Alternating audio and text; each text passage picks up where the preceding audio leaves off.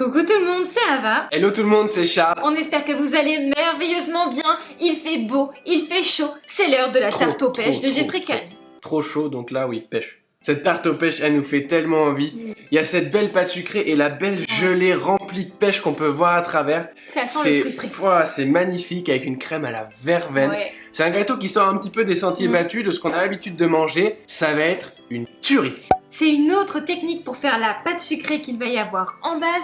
Il va y avoir de l'infusion avec la crème diplomate à la verveine, la gelée de pêche et la crème diplomate pochée sur tout le tour. Vous allez voir, c'est une tuerie. C'est vrai qu'on commençait à avoir fait souvent la même chose, Ouais. souvent des pâtes sucrées, souvent tout ça. Et là, comme disait Ava, on va apprendre des nouvelles techniques, donc c'est très cool. Il y a que des trucs qu'on n'a jamais fait sur la chaîne là-dessus. Donc, on commence avec quoi là? Tu veux On te va chauffer avec quoi? commencer par On la réfléchit pâte un sucrée. peu. Ah non, c'est bon, c'est fait. La pâte sucrée, comme il va falloir qu'on la Ah laisse oui. au congélateur avant de cuire. C'est parti. Vous mettez dans la cuve du robot le beurre bien froid avec le sucre glace, la farine, le sel et la poudre d'amande. Vous mélangez à l'aide de la feuille jusqu'à obtenir une fine poudre qui ressemble à du sable. Cette technique s'appelle donc le sablage. Une fois que vous avez un sable bien fin, vous pouvez ajouter petit à petit les œufs battus jusqu'à ce que votre pâte s'homogénéise. On ne mélange pas trop pour ne pas trop travailler la farine. Et une fois que c'est homogène, on récupère notre pâte. On la dépose entre deux feuilles de papier sulfurisé et on va venir l'étaler sur 3 mm d'épaisseur. Une fois qu'elle est bien étalée, on peut la mettre 1 heure au congélateur et détailler un cercle qui soit 4 cm de diamètre plus grand que le cercle à tarte que vous allez utiliser.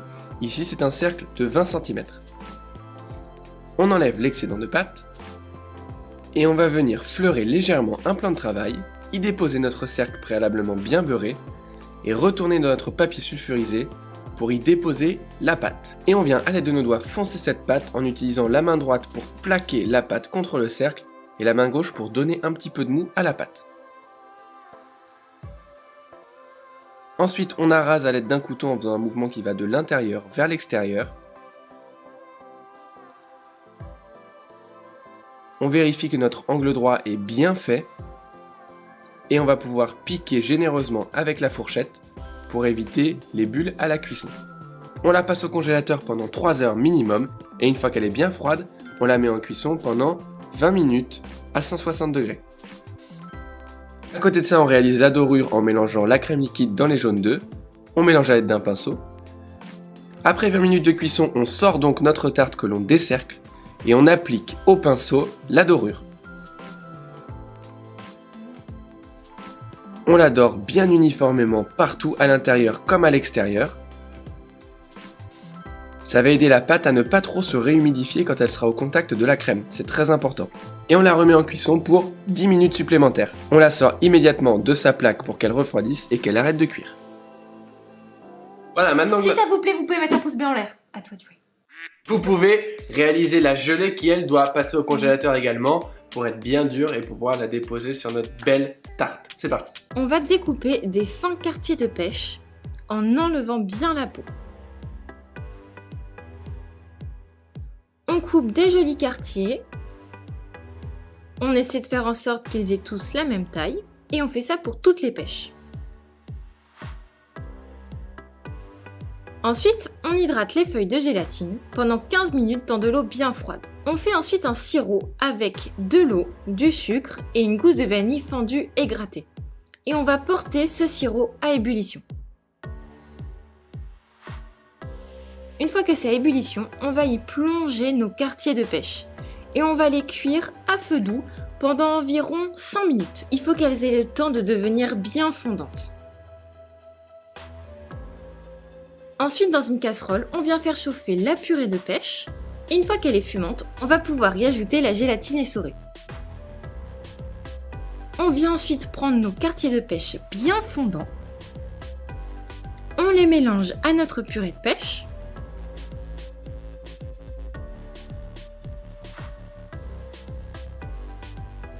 Et on va couler ce mélange dans un cercle à tarte de 16 cm, préalablement filmé en dessous. Sinon, ça va couler sur les côtés. Et on le met au congélateur jusqu'à prise totale. Bon, et pour terminer, on va faire le troisième et dernier élément de cette magnifique tarte estivale. c'est la crème diplomate à la verveine. Vous allez voir, on va faire une belle infusion, ça va être magnifique. Ça va sentir très très bon. Vous hydratez votre gélatine pendant 15 minutes minimum dans un bol d'eau bien froide. Et à côté de ça, vous mettez le lait et les feuilles de verveine dans une casserole. Vous allez faire chauffer le tout bien fumant jusqu'à une légère ébullition et vous laissez infuser à couvert pendant 20 minutes. Dans un cul de poule, vous mélangez les jaunes avec le sucre en fouettant immédiatement pour que les jaunes ne cuisent pas. Vous mélangez pendant une vingtaine de secondes. Ensuite, vous ajoutez la maïzena que vous tamisez. Ça vous évitera d'avoir des grumeaux dans la crème pâtissière. Vous mélangez bien pour que ce soit homogène. Et on retourne à notre casserole qui a maintenant bien infusé. On va mixer au mixeur plongeant pour incorporer entièrement les feuilles de verveine. Si besoin, on réchauffe un petit peu le lait pour qu'il retrouve une légère ébullition.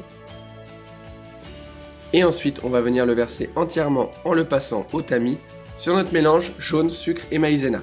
On mélange légèrement et on remet le tout dans la casserole à cuire sur feu moyen. On va cuire cette crème à ébullition pendant environ 1 minute.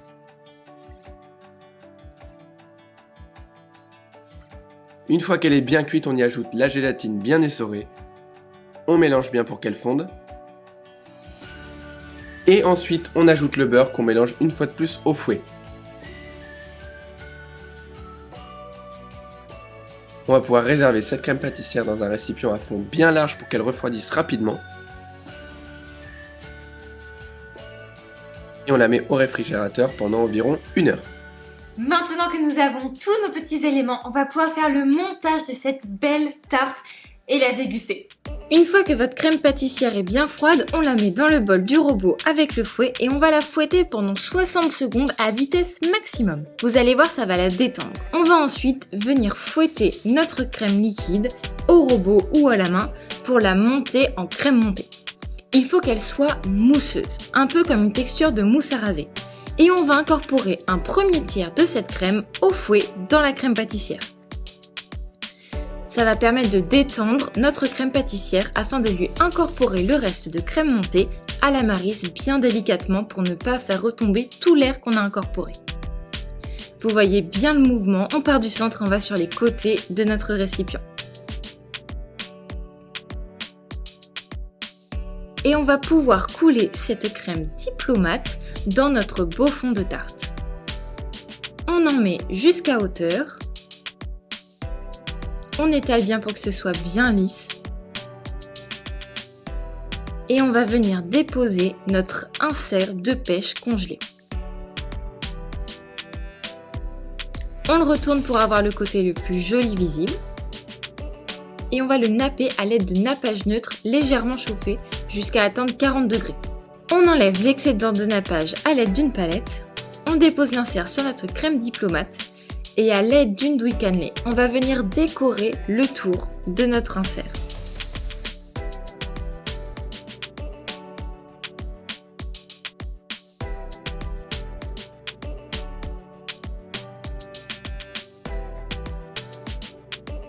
On dépose quelques feuilles de verveine fraîche et quelques quartiers de pêche. On peut garder la peau pour faire un petit contraste de couleur. Et voilà, ça a l'air délicieux.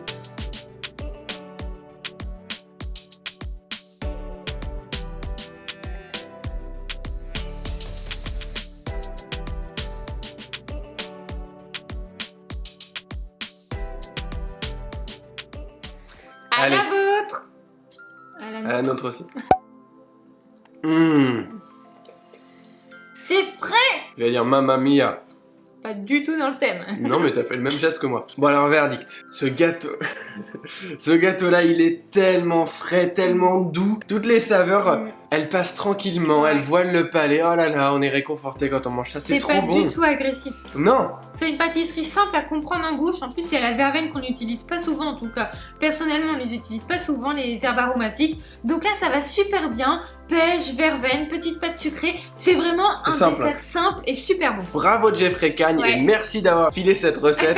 Elle est trop bonne. On espère que la recette vous a plu et qu'elle vous donne envie de la refaire. Si vous la refaites, n'hésitez pas à nous taguer sur vos petites photos Charles et Ava. On viendra vous mettre un petit pouce en l'air parce qu'on vous aime fort. Du coup, si vous nous aimez fort aussi, vous pouvez mettre un pouce en l'air.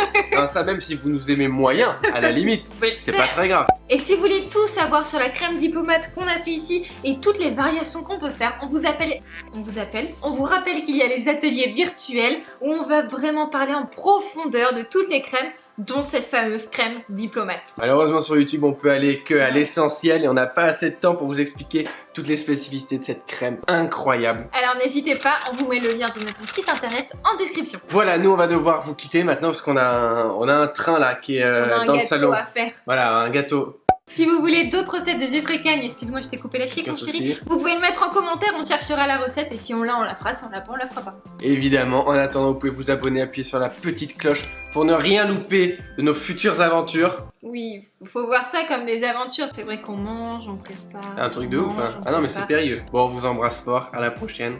Pâtissez bien.